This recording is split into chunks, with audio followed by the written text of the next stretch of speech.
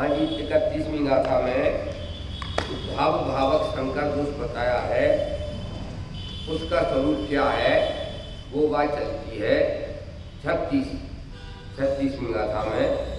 31वीं गाथा में है ये गायक शंकर दोष का निवारण, और 32-33 गाथा में भाव भावक शंकर दोष का निवारण।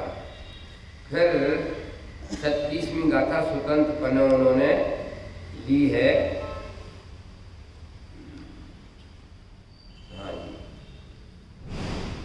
कुछ मोह वह मेरा नहीं उपयोग केवल एक में, इस ज्ञान को ज्ञायक समय के मोह निर्ममता कहें। निश्चय से यह मेरे अनुभव में फलदान की सामर्थ्य से प्रकट होकर भावक रूप होने वाले उद्गल द्रव्य से रचित मोह मेरा कुछ नहीं लगता, क्योंकि टंकोत्कीर्ण एक ज्ञायक स्वभाव भाव का परमार्थ से पर के भाव द्वारा भाना अशक्य है, और यहाँ स्वयं विश्व को समस्त वस्तुओं को प्रकाशित करने में चतुर और प्रकाश रूप ऐसी निरंतर शाश्वत प्रताप संपदा युक्त है। ऐसा चैतन्य शक्ति मात्र स्वभाव भाव के द्वारा भगवान आत्मा ही जानता है कि मैं परमात्मा से एक हूँ।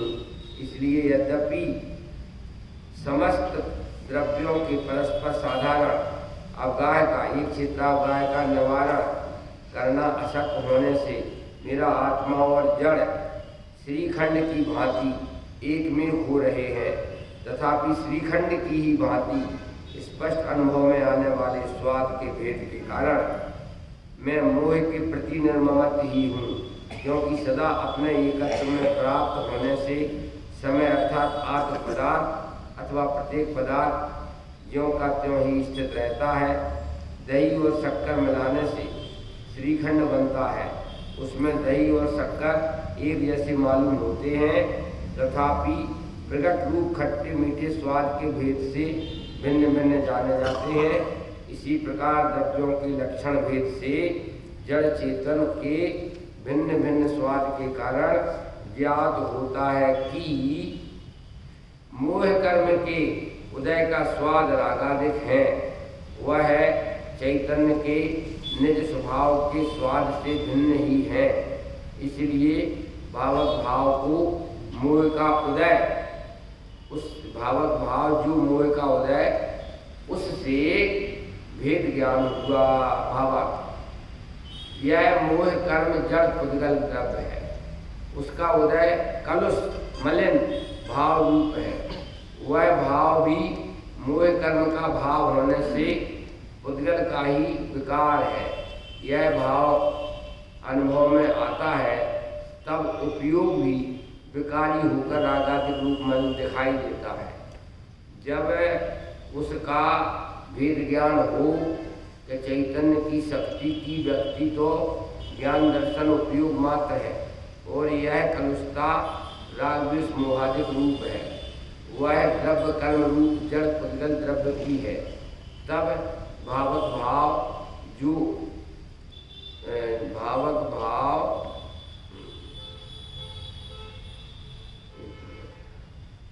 उसका भेद ज्ञान हो कि चैतन्य की शक्ति की व्यक्ति तो ज्ञान दर्शन उपयोग मात्र है, और यह कलुषता मोह राग द्वेष रूप है, और यह द्रव्य कर्म रूप जड़ उद्गल द्रव्य की है।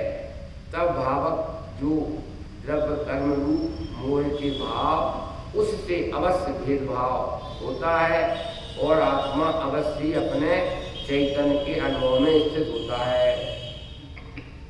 अपन ने टीका पढ़ी, मतलब ये है भावक और भाव्य। किसे कहना भावक और भाव, किसे कहना बोलो? भावक मतलब होता है कर्म का उदय, और भाव मतलब तदानुसार जीव की प्रवृत्ति। ये है भावक भाव संकर दोष। भावक भाव संकर दोष एक होता है अकेला भावक भाव और एक होता है भावक भाव संकर दोष, एक होता है ज्ञान ज्ञेय और एक होता है ज्ञान ज्ञेय संकर दोष। तो यहाँ 36वीं गाथा में ये बताया है कि भावक किसे कहना, कर्म के उदय रूप अवस्था का नाम है भावक, और भाव किसे कहना, तदनुसार जीव की प्रवृत्ति, उसका नाम है भाव। जैसे हाथी जो महावत अंकुश लिए हुए है ना, तो जो अंकुश वाला महावत जैसा हाथी को नचाएगा वैसा हाथी नचेगा। तो भावक मतलब नचाने वाला और भाव मतलब नचने वाला। महावत हाथी को नचाने वाला है और भाव मतलब हाथी नचने वाला है। ऐसे ही कर्म का उदय रूपी महावत, कर्म का उदय रूपी महावत ये भावक है, और आत्मा तदनुसार परिणमन करे ये आत्मा भाव बन जाता है। अनादिकाल की यही पोजीशन रही। क्या पोजीशन रही, जैसा कर्म का उदय आया वैसा ही जीव नाचता रहा, जैसा कर्म का उदय आया वैसा ही जीव नाचता रहा। अनादिकाल की यही पोजीशन रही। ये कर्म बड़े बलवान जगत में प्रेरत हैं। सीता सती को ऐसा पेरा, अंजना सती को ऐसा पेरा। ये कर्म बड़े बलवान जगत में प्रेरत हैं। कर्म बहुत बलवान है, जीव के लिए बहुत कष्टदायी है। कैसे कष्टदायी है, प्रमाण के रूप में क्या कह रहे हैं, सीता सती को कर्म के उदय ने गर्भ अवस्था में डाल दिया जंगल में। तो ये सीता का कर्म का उदय ही तो था कि जंगल में जाना पड़ा, लव कुछ पेट में थी। तो कर्म बड़े बलवान जीव को प्रेरत है।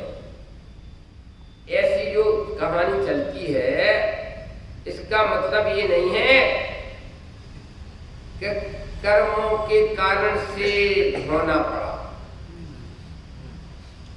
कर्म बेचारे कौन भूल मेरी अधिकाई, अग्नि सह घन घात लोहे की संगति पाई। अग्नि घन के द्वारा नहीं पीटी जा सकती है, अगर वो अग्नि लोहे में प्रवेश ना करे तो। ऐसे ही कर्म बेचारे कौन भूल मेरी अधिकाई। टोडरमल जी ने एक बात ऐसी भी लिखी, क्या मोहन धूल होती है, मोहन धूल। मोहन धूल अगर सिर पर डाल दो तो भाई साहब वो पागल जैसा हो जाता है। हाँ जी, विजय कुमार टोडरमल जी ने लिखा, मोहन धूल सिर पर डालने से वो जो पागल जैसा हो जाता है ना, तो मोहन धूल का निमित्त है। लेकिन पागल कौन हुआ? सब लोग मोहन धूल के कारण पागल नहीं होते। ढीला पोछा होता है जो पागल होता है, कोई पागल होता है। कर्म का उदय तो है, लेकिन सभी जीव कर्म के उदय से प्रभावित नहीं होते हैं। पांडवों को आग लगा दी, प्रभावित हुए क्या पांडव? जितने उपसर्ग केवली हैं, असाता को उदय तो आया, काट दिया, छेद दिया, श्यालनी पांव भक्ति रही, सिंह ने खा लिया, लेकिन वो प्रभावित नहीं हुई।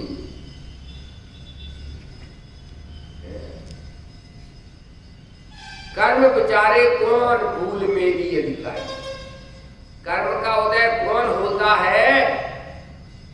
अगर जीव स्वयं उस रूप नहीं परिणमे तो। कर्मों को दोष देना या निमित्तों को दोष देना अपनी उपादान शक्ति की हीनता का द्योतक है।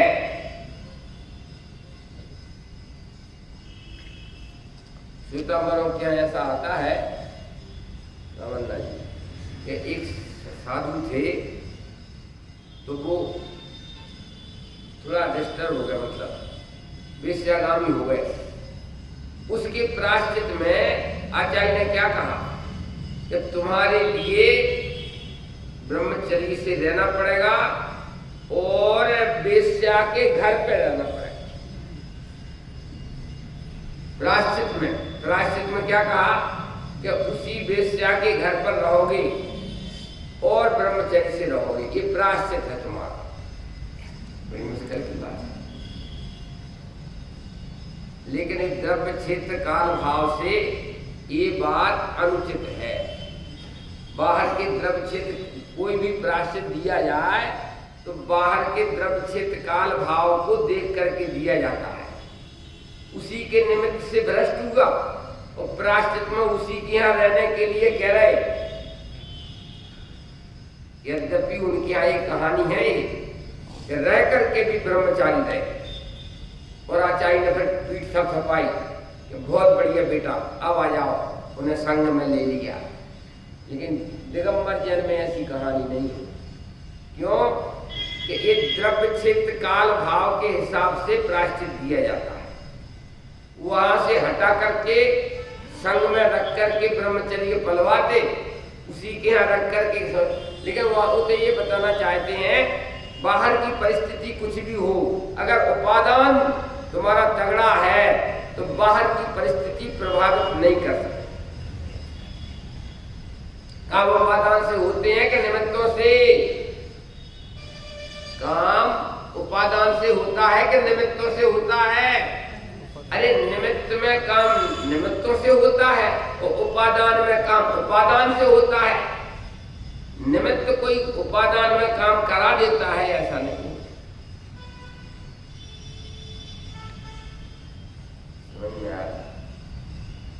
एक है सेठ जी थे, बेलगांव के होंगे, बेलगांव के तो उनने घोषणा कर दी 3 महीने पहले, मैं दिवाली पर मुनि दीक्षा ले लूंगा।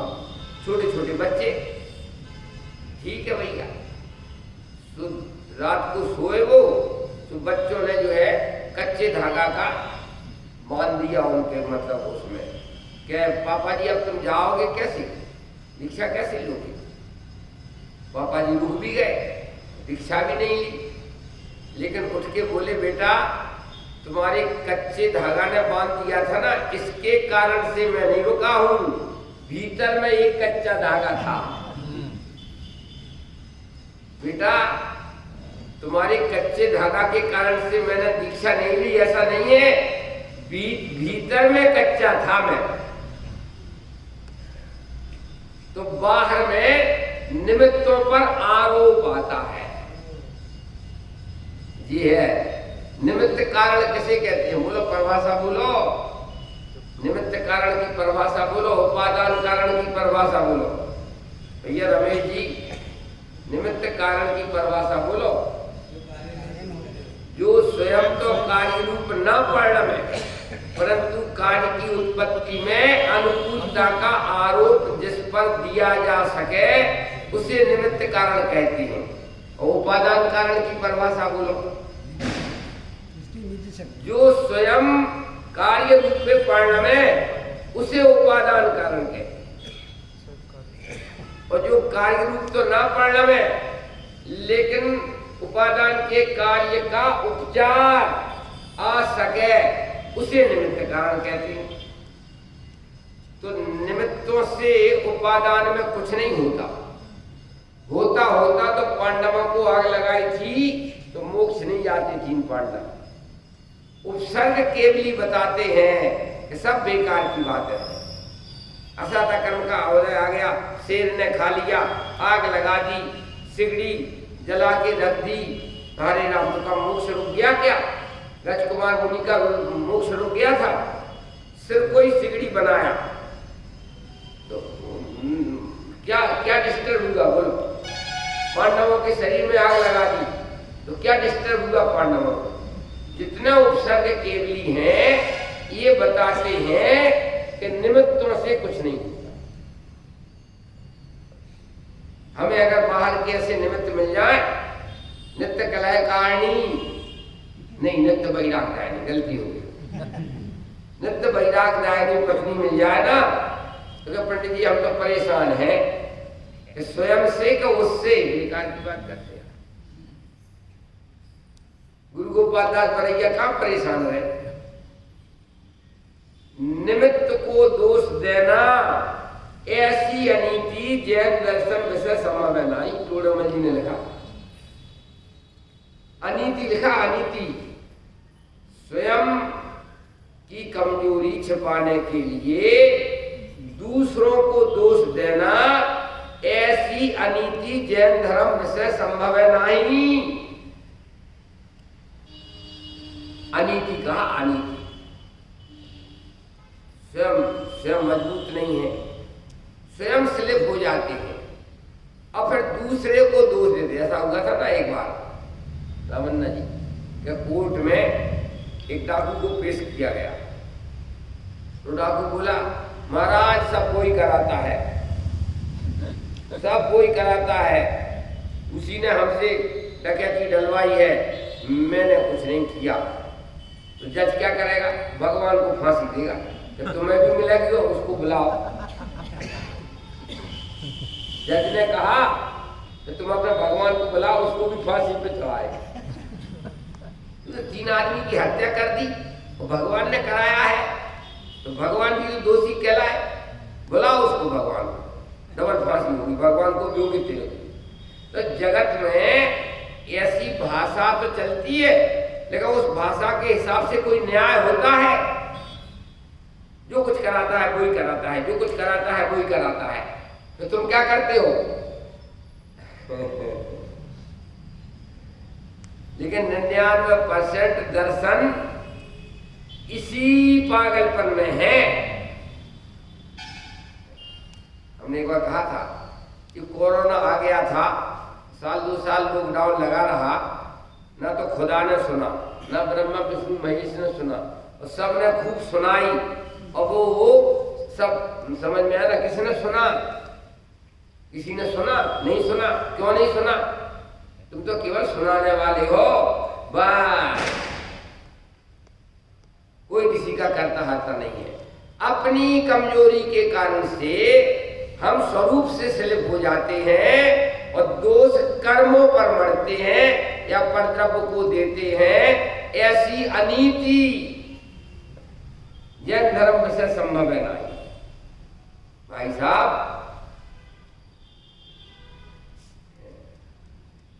भाव भावक संकर दोष कैसे कहना?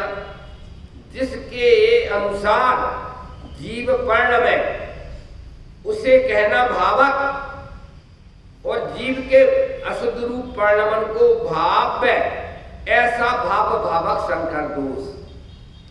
36वीं गाथा में दृष्टांत क्या दिया उन्होंने? श्रीखंड का। श्रीखंड है, कैसे बनता है? बोलो आप लोग बताओ, श्रीखंड कैसे बनता है? दही और शक्कर को मिला करके एक मिठाई बनती है। उस मिठाई, क्यों अभिनंदन जी, उस मिठाई का क्या नाम है? ध्यान नहीं रखता है क्या यार? तुम्हारी जिंदगी पानी में गई। तो सोनगढ़ में था तो वहाँ स्वामी जी के साथ विहार करता था, तो भाई साहब सब जगह श्रीखंड मिलता था।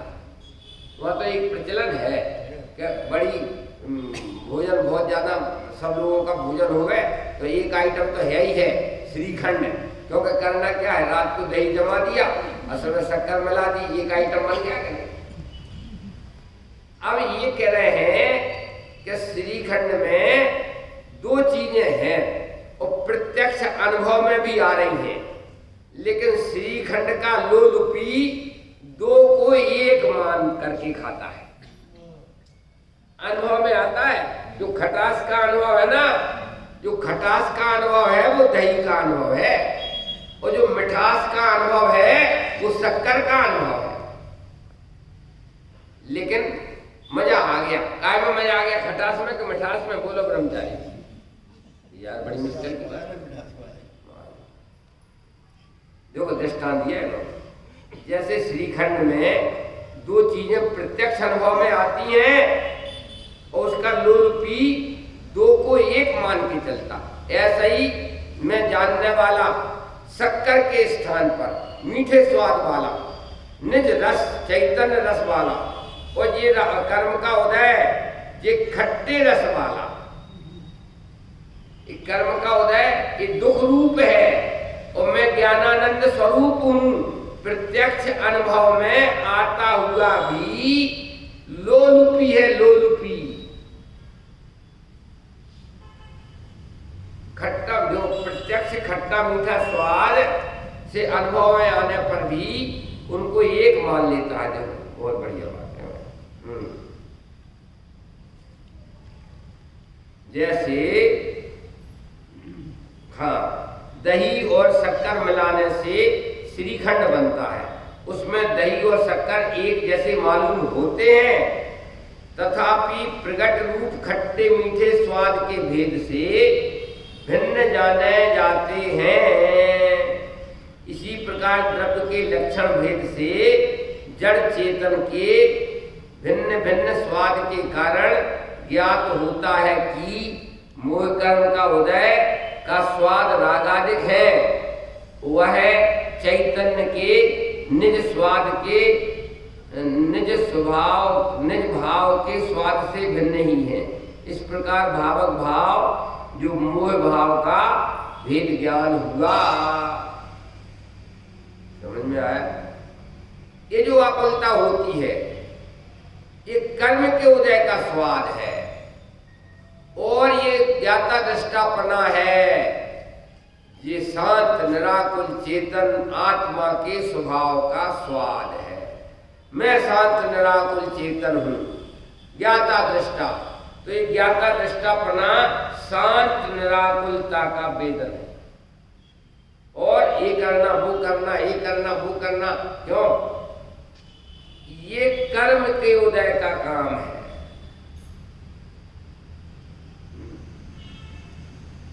ज्ञान चेतना, सम्यक ज्ञान चेतना और मिथ्या ज्ञान चेतना। आत्मा का लक्षण है ज्ञान चेतना। उसके दो भेद हैं। कौन कौन से भेद है ज्ञान चेतना की? बोलो। हाँ, अज्ञान चेतना और ज्ञान चेतना दो भेद है। ज्ञान तो सम्यक ज्ञान चेतना किसे कहना? सम्यक ज्ञान चेतना किसे कहना? मैं ज्ञायक हूं, सर्वग स्वभावी आत्मा हूं, ऐसा संचेतन करना, शांत निराकुल चेतनता में रहना, इसका नाम है ज्ञान चेतना। और अज्ञान चेतना के दो भेद, कर्म चेतना और कर्म फल चेतना। कर्म चेतना किसे कहते हैं? रमेश जी बताना पड़ेगा यार, जाते जाते काय को झगड़ा करते हो। कर्म चेतना किसे कहते हो? कर्म फल चेतना किसे कहते? बोलो, हाथ ऊंचा करो, हाथ ऊंचा करो। कर्म चेतना की परिभाषा और कर्म फल चेतना की परिभाषा। हमारा बस चल तो सबको बेलगांव से निकाल दूंगा, अकेला मैं ही रहूंगा। कर्म चेतना किसे कहना? करूं करूं के भाव को, ये करना फिर ये करना, फिर ये करना, फिर ये करना, करूं करूं के भाव को कर्म चेतना। और भोगूं भोगूं भोगूं भोगूं के भाव को कर्म फल चेतना। निगोदिया के कर्म फल चेतना की मुख्यता है और दो इंद्रिय तीन इंद्रिय आदि से कर्म चेतना और कर्म फल चेतना दोनों। क्या कहा?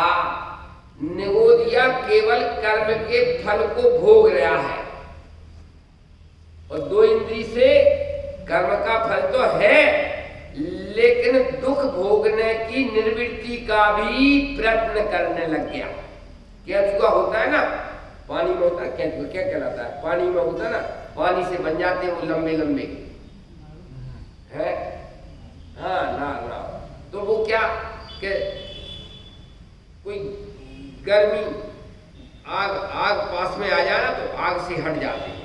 जे त्रवन में जीव अनंत, सुख चाहे दुख ते भयवन, दुख से निर्वृत्ति का प्रयत्न करते हैं। गर्मी होवे तो वहां से निर्वृत्ति का प्रयत्न करते हैं, ठंडक की तरफ जाते हैं, और ठंड होवे तो ठंड से बचने का प्रयत्न करते हैं, गर्मी की तरफ जाते हैं। तो जो दुख से निर्वृत्ति का प्रयत्न है वो कर्म चेतना है, और माथे दुख का भोगना पड़ गया है उसका नाम है कर्म फल चेतना। एक इंद्री को बेचारे को बचने का भी प्रयत्न नहीं होता है, एक इंद्री को दुख के भोगने से बचने का भी प्रयत्न नहीं होता है। एक इंद्री तो जैसे कोमा में पड़ा हो। डॉक्टर साहब वो आपका रिजल्ट विषय आ गया, कोमा वाला, कोमा वाले को डेड बॉडी घोषित क्यों नहीं कर देते हो विजय कुमार? कोमा वाले को डॉक्टर लोग डेड बॉडी घोषित क्यों नहीं कर देते हैं? क्योंकि आत्मा नहीं निकला है, चेतना मौजूद है। हाँ, चेतना मौजूद है इसलिए डेड। लेकिन वो कर्म फल के वेदन में पड़ा हुआ है, कर्म फल के वेदन में पड़ा हुआ है। इसलिए कोमा वाले के लिए कर्म फल चेतना की मुख्यता है। और जो जीव यहाँ से उड़ रहे वहां, वहां से उड़ रहे वहां, पतंगा लाइट को देख करके अब भागता चला आता है और लाइट पर गिरता है। तो दुख से निर्वृत्ति का उपाय करें और सुख प्राप्ति का उपाय करें, उसे कहते हैं कर्म चेतना। और जो केवल कर्म फल को ही भोगता रहे उसका नाम कर्म फल चेतना। निगोदिया कर्म फल चेतना में पड़ा है, प्रयत्न करने का भी, दुख से छूटने का भी प्रयत्न नहीं कर पाता है।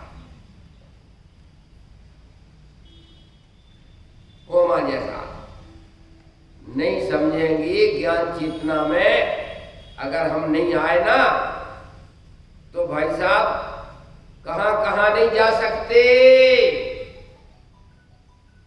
हैं। कर्म चेतना में अगर हम नहीं आए, एक ज्ञान चेतना में अगर नहीं आए अपन, तो ये केंद्री आलू कहां कहां नहीं जा सकते हैं? बोलो बोलो, बड़े रहो। मनुष्य पर्याय मिली थी और तुमने गंवा दी, और जाओ अनंत काल के लिए एक श्वास में 18 बार जन्म मरण।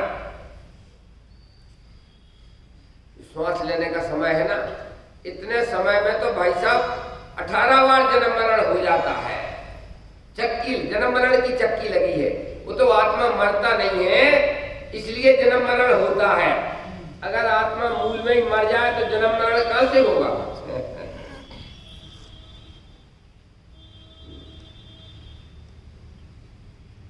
अज्ञान चेतना के दो भेद, कर्म चेतना और कर्म फल चेतना। तो कर्म चेतना का मतलब कर्तृत्व बुद्धि और कर्म फल चेतना का मतलब भोक्तृत्व बुद्धि। और ज्ञान चेतना का क्या स्वरूप है? जो नेत्र त्यों ही ज्ञान, नहीं कारक नहीं वेदक आहू, जाने ही कर्मोदय निर्जरा, बंद एवं मोक्ष को। जैसे आंख है, कर्ता भोक्ता नहीं है किसी का, दूर से देखती जानती है, ऐसे ही मैं भी एक चैतन्य चक्षु, चैतन्य आंख हूं, कर्ता भोक्ता नहीं हूं। न संसार का कर्ता भोक्ता हूं और न मोक्ष का कर्ता भोक्ता हूं। भाई साहब ज्ञाता मात्र हूं। तो ये ज्ञान चेतना में आंख की भांति ज्ञाता दृष्टा पड़ने का अनुभव होता है। और कर्म चेतना और कर्म फल चेतना, अज्ञान चेतना में कर रहा हूं और भोग रहा हूं, कर्म को बांध रहा हूं और कर्म को भोग रहा हूं, ये अज्ञान चेतना है। यहाँ ये कहते हैं कि जिसके लक्षण अलग अलग हैं उसको एक कैसे माना जाए। श्रीखंड में मिठास लक्षण शक्कर का है, खटास लक्षण दही का है, ऐसे यहाँ पर आकुलता लक्षण कर्म के उदय का है। आदि व्याधि उपाधि का लक्षण है आकुलता। और मैं शांत निराकुल चेतन ज्ञाता दृष्टा आत्म राम हूं स्वतंत्र निश्चल निष्काम। तो शांत निराकुल चेतन ज्ञाता पने ये है स्वाद आत्मा का। और आकुलता ये करना फिर ये करना फिर ये करना फिर ये करना, ये स्वाद है उपाधि का। रमेश जी नहीं आ रही समझ में? मनी मन समझे तो दूता ज्यादा काय को खुलासा कराते हो यार। इनने उपाधि ली व्यवस्था की, प्रवचन में बैठे बैठे अरे रसोईया से मैं ये कह के नहीं आया भैया 1 घंटे में सब लोग आएंगे, तो प्रवचन में से उठ जाएंगे।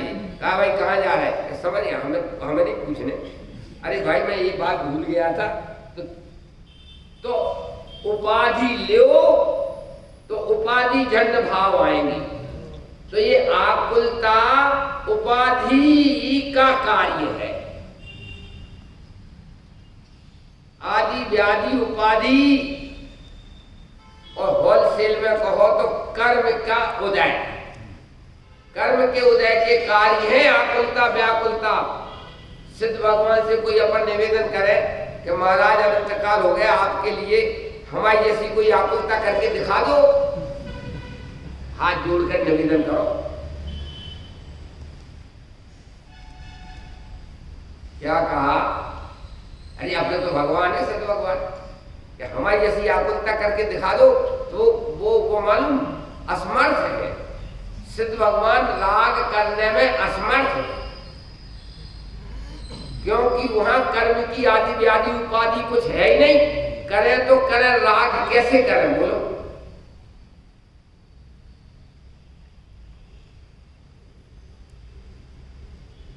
और हम सिद्ध जैसा पूर्ण आनंद लेने में असमर्थ हैं। क्यों? कि कर्म की आदि व्याधि उपाधि लगी हुई है, उसके कारण से नहीं, कर्म के कारण नहीं। लेकिन राग का स्वभाव ही आग है। क्या कहा? राग का स्वभाव ही आग है।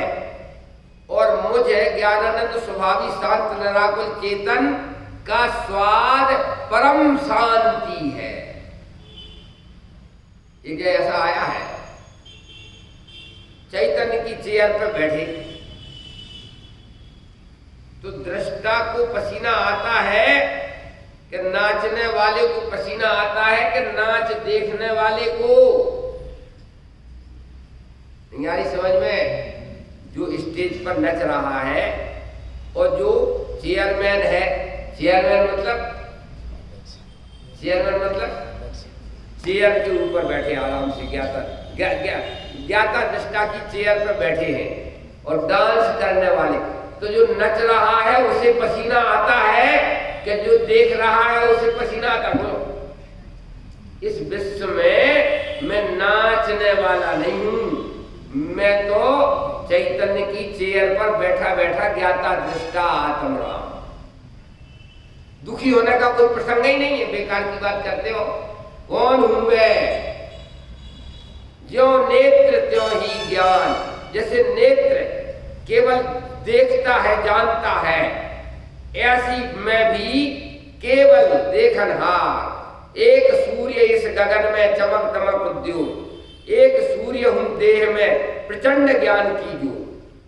गगन सूर्य तो केवल दिवस में करता जड़ उद्योग, हूं चेतन सूर्य तो निस दिवस करूं ज्ञान उद्योग, रहूं ज्ञान उद्योग। और हमारे भगवान कौन है? ज्ञान सूर्य अरहंत है, ज्ञान सूर्य सब सिद्ध है, ज्ञान सूर्य सब साधु है, मैं भी ज्ञान सूर्य प्रसिद्ध हूं। 31वीं गाथा में आया है, अखिल विश्व के ऊपर तरता हुआ एक ज्ञान सूर्य है, वो जीव है। क्या कहा? खग पंडित नभ में उड़े अज्ञानी थल माही। नहीं आ रही समझ में? बाबूलाल जी बता दो इसका क्या बात, जाते जाते अर्थ बता दो यार।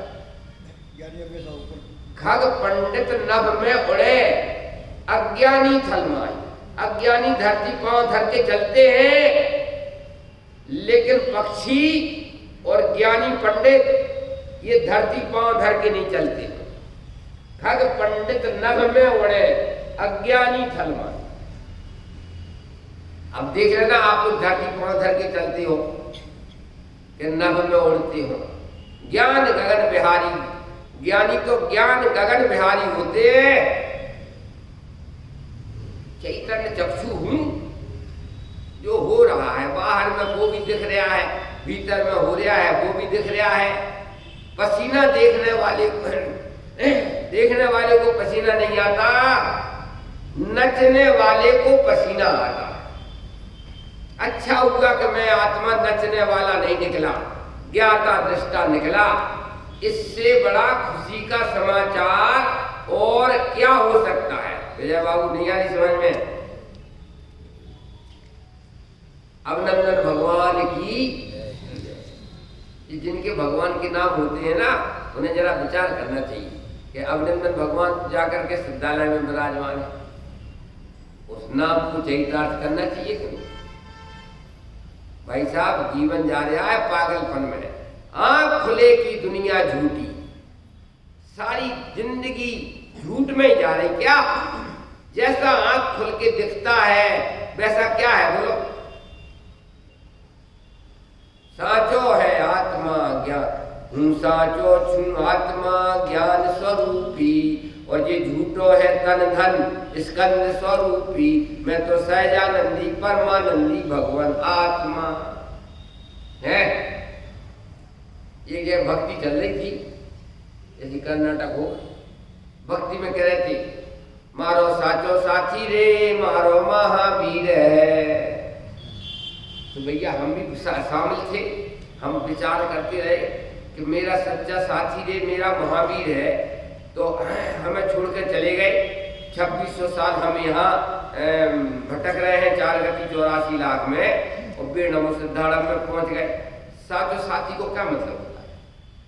नहीं, सच्चा साथी का क्या मतलब होता है? छोड़ के चला जाए दुख में। अरे सच्चा साथी का मतलब हमें भी ले जाते सिद्धालय।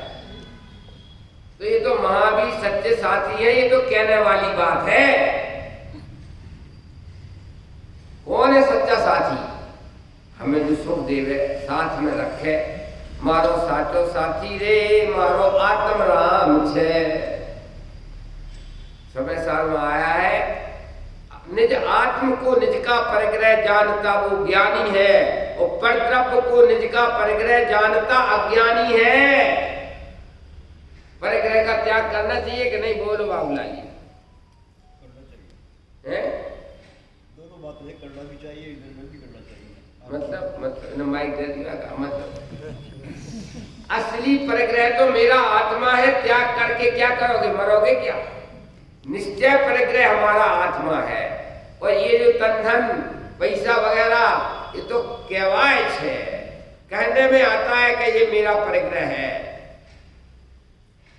और परिग्रह के बिना कोई सुखी हो सकता क्या? क्यों? उसको मिथ्या क्यों लगा रही हो? सम्य के लगाओ लो, आत्मा को सम्य के लगाओ।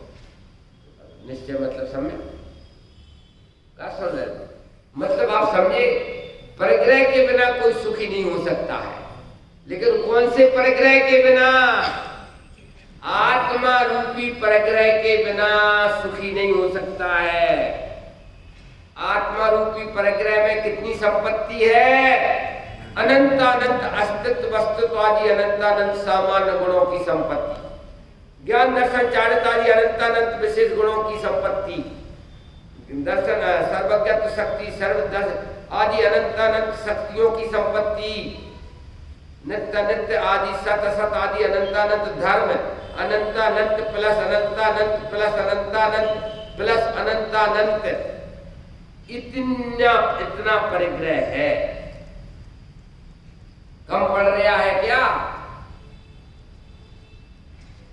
इन लोगों को अगर कम पड़ रहा हो तो कुछ दे देना है, मारी ना। निज निधि निज में ही देखी। वे ज्ञानी है कौन? निज निधि निज में बताई वो जिनवाणी है, और निज निधि निज में ही देखी वो ज्ञानी है। क्या कहा बोलो? जिनवाणी कह रही निज निधि निज में देखो, तो ये जिनवाणी है, और निज निधि निज में ही देखी वो ज्ञानी। माटी धूल का परिग्रह। कहां पर थे हम? रमेश जी दिल्ली में थे, दिल्ली में। तो हमारे साथ प्रज्ञा चक्षु रहते थे। प्रज्ञा चक्षु मतलब दिखता नहीं था उन्हें, लेकिन वे हमारे मित्र थे, तो मैं साथ में उन्हें रखता था। तो एक हमसे बोला, पंडित जी कोई आंख वाला साथी नहीं मिला आपके लिए? क्या आप अंधे को साथ में रखते हो? नहीं आई समझ बात? तो हमें टच, क्योंकि वो उनके साथ रहने का मतलब कि हर चीज में वो पूछा पाछी करते थे, कहाँ आ गए, कहाँ पहुंच गए, अपन कहाँ जा रहे हैं। तो वो डिस्टर्ब तो होता ही है ना। अंधे को साथ में रखो तो डिस्टर्ब तो होता ही है ना। हमारा ये जो बाहर का परिग्रह है, माटी धूल सोना चांदी, ये अंधा परिग्रह को साथ में रखोगे तो चेतन को भी डिस्टर्ब होगा। चेतन अपना आत्मा ही अपना परिग्रह है असली। ये तो पर परिग्रह है। बात ये चलती है कि जब लक्षण अलग अलग हैं तो एक कैसे माना जाए? मेरा लक्षण चेतना और कर्म के उदय का लक्षण जड़, और मेरा लक्षण चेतना। अब मैं एक में कैसे मानूं? भावक और भाव्य चीजें दो है। कर्म का उदय को कहते हैं भावक, और तदनुसार आत्मा की परिणति को कहते हैं भाव्य। ये भाव भावक संकर दोष, जिसके अनुसार अपन परिणमे उसे भाव्य कहते हैं। तो वो संकर दोष आ गया। क्या कहा? अब अपन भाव भावक को अपने स्वभाव पर बनाओ। स्वभाव के अनुसार परिणमन करूं, तो स्वभाव के अनुसार परिणमन करूं, ये भाव है। और हमारा ज्ञाता दृष्टा स्वभाव, ये भावक, ये भाव भावक संकर दोष नहीं, भाव भावक निर्दोष बना। हमने कहा था ना विजय जी, हिम्मतनगर की पंचकल्याणक में एक हाथी बिगड़ गया। सौधर्म महाराज बैठे मूर्ति लिए, और हाथी को गुस्सा आ गई तो महावत के पीछे दौड़ा, और महावत को मारने के लिए गया हाथी। एक आदमी भी बीच में मर गया था। एक बुढ़ी माता जी हाथी के पैर के नीचे आ गई। बिल्कुल बिल्कुल पंचकला सब बिखर गया।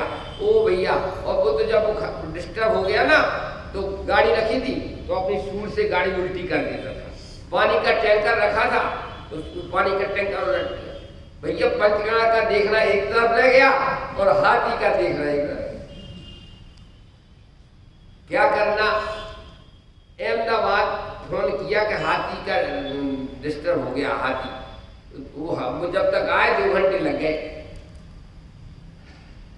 और यहाँ वो बेचारा हाथी उसको महावत जानता है कि हाथी जब बिगड़े, जब मेरे ऊपर बिगड़ेगा, क्योंकि अंकुश तो मैं लगाता हूं ना।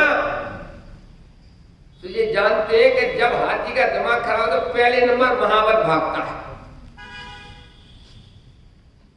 और वो हाथी जब बिगड़ता है तो अंकुश वाले को ही मारना चाहता है।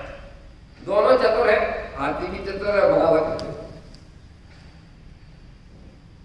कर्म का उदय ये अंकुश के स्थान पर है।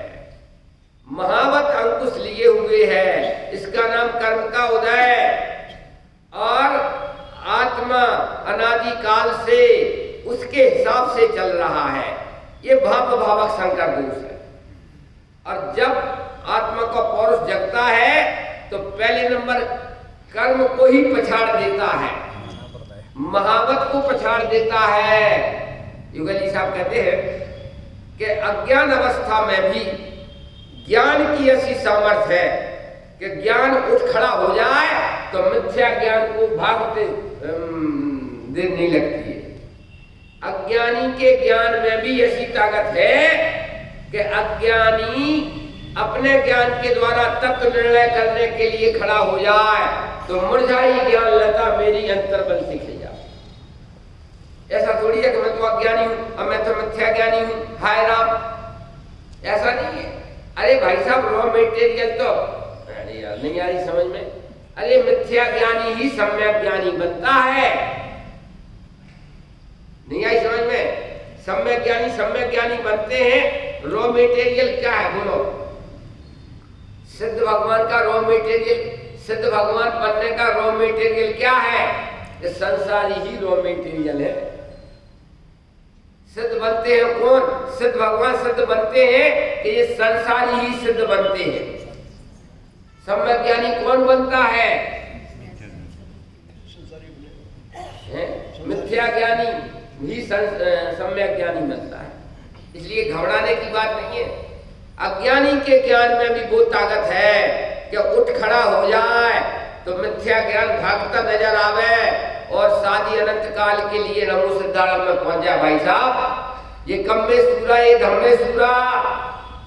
और लक्षण पर से ख्याल ले लो भाई, ये कर्म के उदय का लक्षण है आकुलता, और ये शांत निराकुल चेतन पना ये मेरा लक्षण है। तो जैसे श्रीखंड में अलग अलग लक्षण से दो वस्तुएं सिद्ध हो जाती हैं, ऐसा ही आकुलता लक्षण कर्म के उदय का और शांत निराकुल चेतन ये मेरा लक्षण है। स्वपर का भेद विज्ञान कर लो भीतरे भीतर। आकुलता किसी को पसंद नहीं है, आदि व्याधि उपाधि कर वो पसंद नहीं है। क्यों रमेश जी? थोड़ी सी आराम तो मिल रहा होगा तो पंडित जी बहुत, क्योंकि अब कोई वो है ही नहीं। और पंडित जी भी चले जाए तो और बिल्कुल निर्विकल्प हो जाएंगे। हमारा में स्टेशन बेच के आ जाएंगे, कहेंगे चलो भाई आदि व्याधि उपाधि से किसी जीव को सुख नहीं मिलता। ये समझ गांठ बांध लो, ये पक्का कर लो। इस संसार में आदि व्याधि उपाधि के अलावा और है क्या? है उसमें आता है सिद्धचक विधान में, थोड़ी कड़क बात है लेकिन अब अंत में ही तो है। कड़क बात सुनता, कड़क कड़क सुनाओ, कड़क कड़क क्यों? कि स्त्री आदि के भोग में बिन काम दाह नहीं नारी भोग, बिन विषय चाहे नहीं विषय भोग। वो संत कवि कह रहे हैं कि संसार के जो सुख कहे जाते हैं ना, क्या है वो? उन्होंने सिद्ध भगवान के सुखों का निरूपण किया और संसार का निरूपण किया कि संसार में 5 इंद्रियों के विषय के सुख कहे जाते हैं ना, वो क्या है? कि तीव्र दुख था और दुख थोड़ा कम हो गया, कम दुख को संसार का सुख कहा जाता। नहीं आई समझ में? भूख लगी जोरदार, समझ में आया ना? और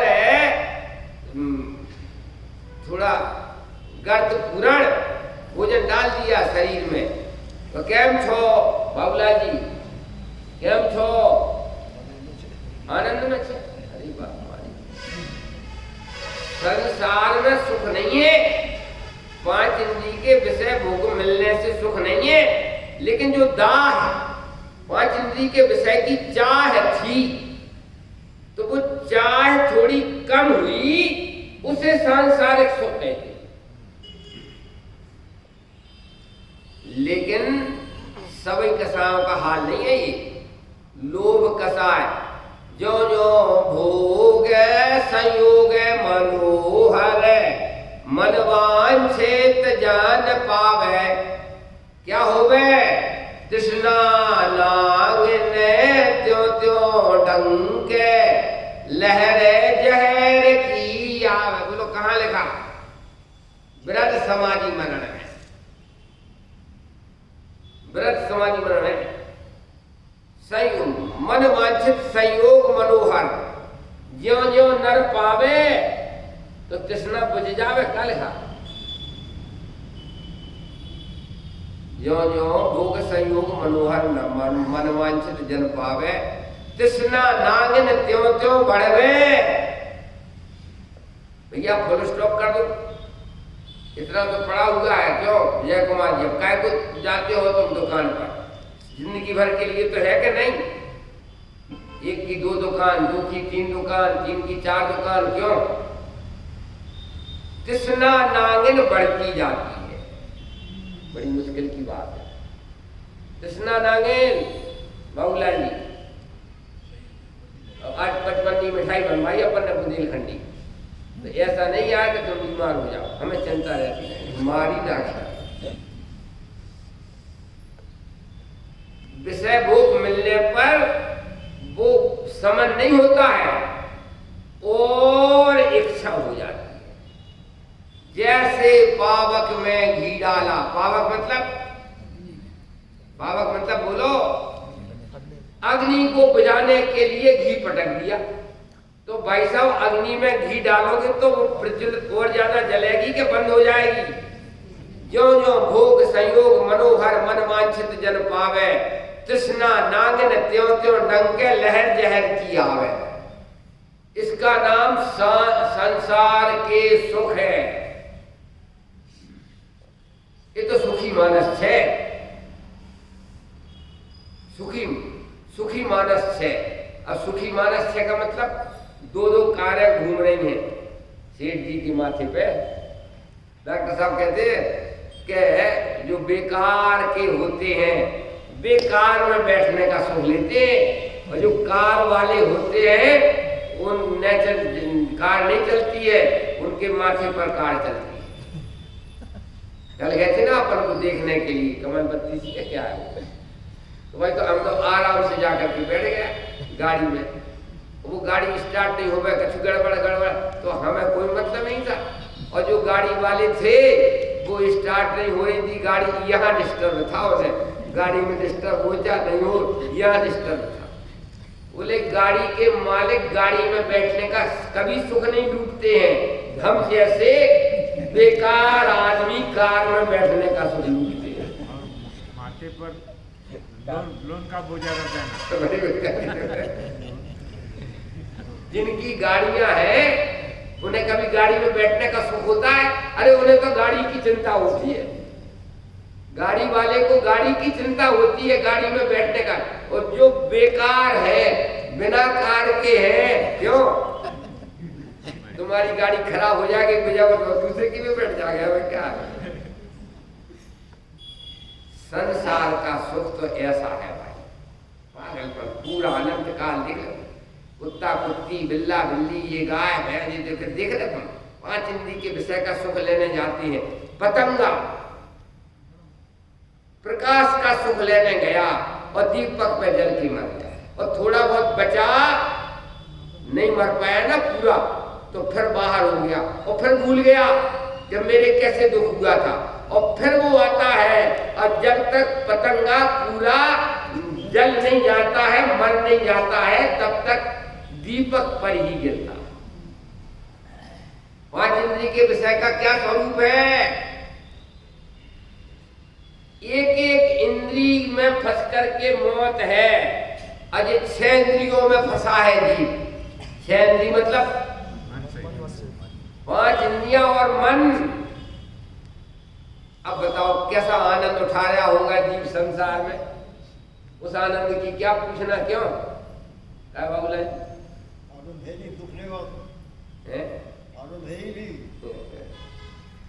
आनंद देखो भाई बहुत अच्छी बातें हैं, इसलिए होलसेल में निर्णय करना। अनंत दुख है परंतु नाम सुख है, त्या रही है मित्रता। और अनंत शौक है परंतु नाम दुख है, त्या रही न मित्रता। उघाड़ न्याय नेत्र रे निहाल तू, निर्वृत्ति शीघ्र मेव धारी ते प्रवृत्ति बाल तू। श्रीमद् राजचंद्र ने लिखा होलसेल में अनंत दुख लेकिन नाम सुख है, और आत्मा के अंदर अनंत सुख है, लेकिन नाम दुख है। उघाड़ न्याय लेते न्याय के। अच्छा, स्वाधीनता में सुख होगा क्या पराधीनता में सुख होगा? न्याय के नेत्र उघाड़ो। सद भगवान सुखी है कि दुखी? बाबूलाल जी कहाँ मिलता उन्हें रसगुल्ला, कहाँ मिलता?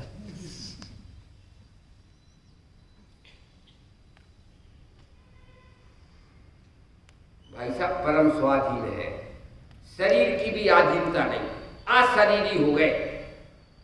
स्वाधीनम परम सुखम और पराधीनम परम दुखम। शरीर की आधीनता। क्यों अजरामन्ना जी कल शिकायत कर रहे थे, पंडित जी वो एंटी पार्टी ने साथ नहीं दिया, इसलिए मैं कल प्रवचन में नहीं आ पाया। मैंने चलो भाषा तो बदली, कम से कम मिलगांव वालों की। ऐसा तो नहीं कि मैं बीमार था, ऐसा नहीं कहा। एंटी पार्टी ने साथ नहीं दिया, इसलिए मैं कल प्रवचन में नहीं आ पाया। जैसे एंटी पार्टी का साथ लेना नहीं चाहिए। जो जो एंटी पार्टी का साथ लेते हैं, क्या दुर्दशा होती है वो। अरे बंद हो गया था क्या? हाँ जी पंडित जी, क्यों बंद हो गया था क्या? चालू कर दिया। 5 मिनट रह गए। बात क्या चलती है?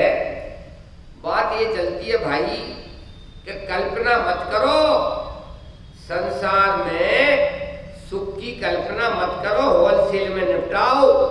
आदि व्याधि उपाधि शारीरिक दुख है आया।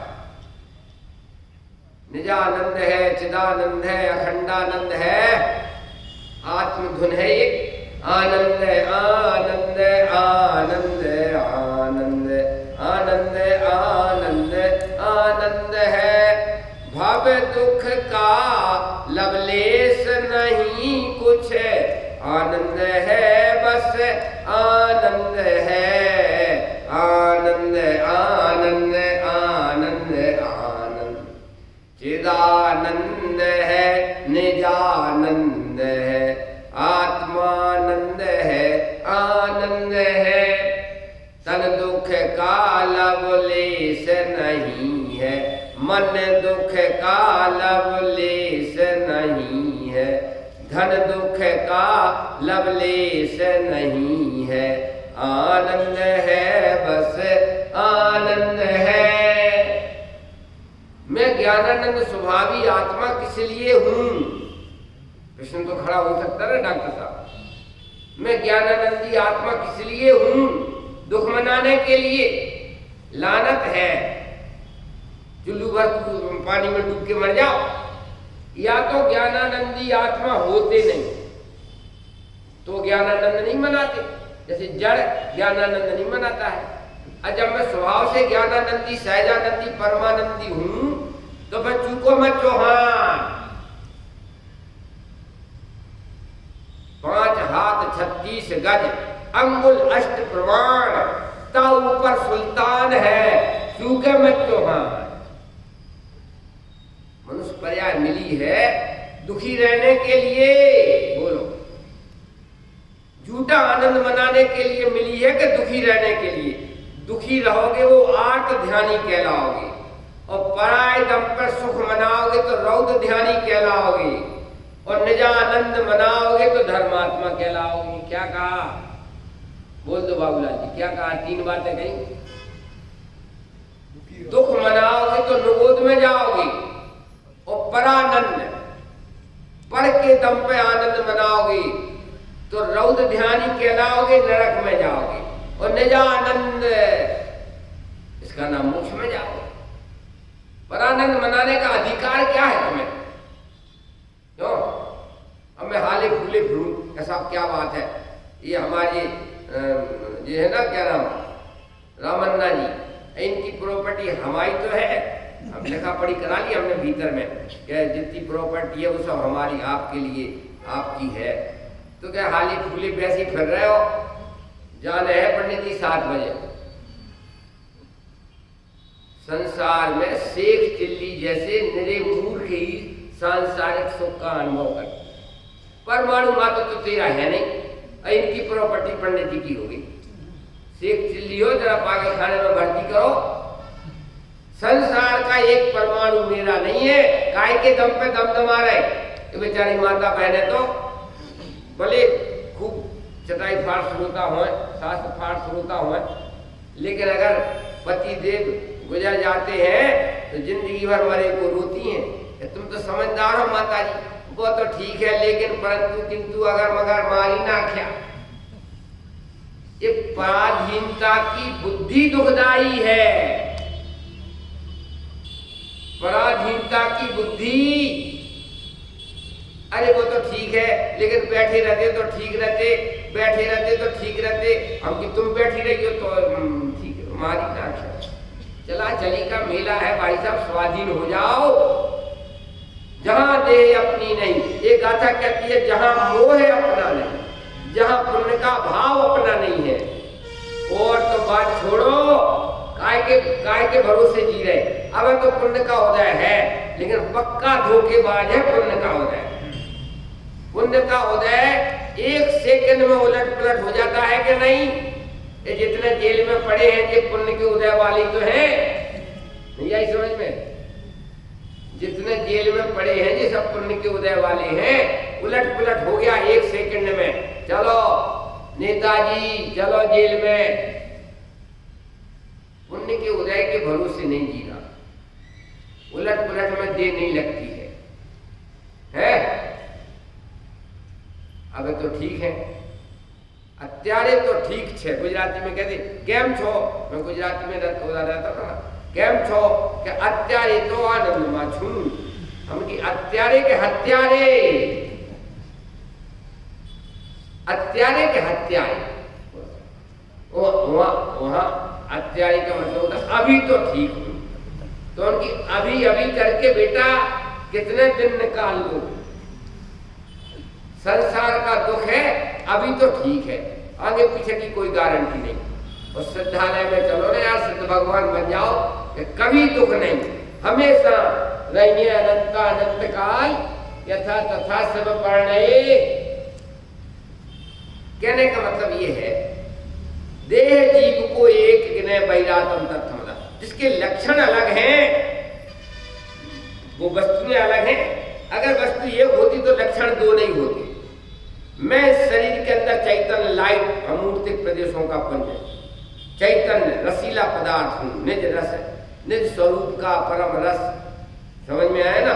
ये जैसे एक दृष्टांत देकर के पूरा करता हूं। आप लोग बताना यार, फेल हो जाओगे तो भाई साहब दंड मिलेगा। रसोई का राजा कौन है? रमेश जी, तुम 10-15 दिन से रसोई बनवा रहे हो, रसोई का राजा कौन है? चलो बता दो। बाबूलाल जी रसोई का राजा बोलो। मिठाई, हाँ देखो रमेश जी बड़े हम एक ने हमसे पूछा शुरू में, बोलो पंडित जी रसोई का राजा।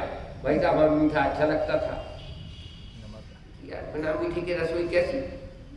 बोले पंडित जी फैल गलत, रसोई का राजा मिठाई नहीं है। धर्म की आप बताओ। बोले रसोई का राजा नमक है। यद्यपि खाना होता है, लेकिन असली रस रसोई में नमक से आता है, मिठाई से नहीं आता।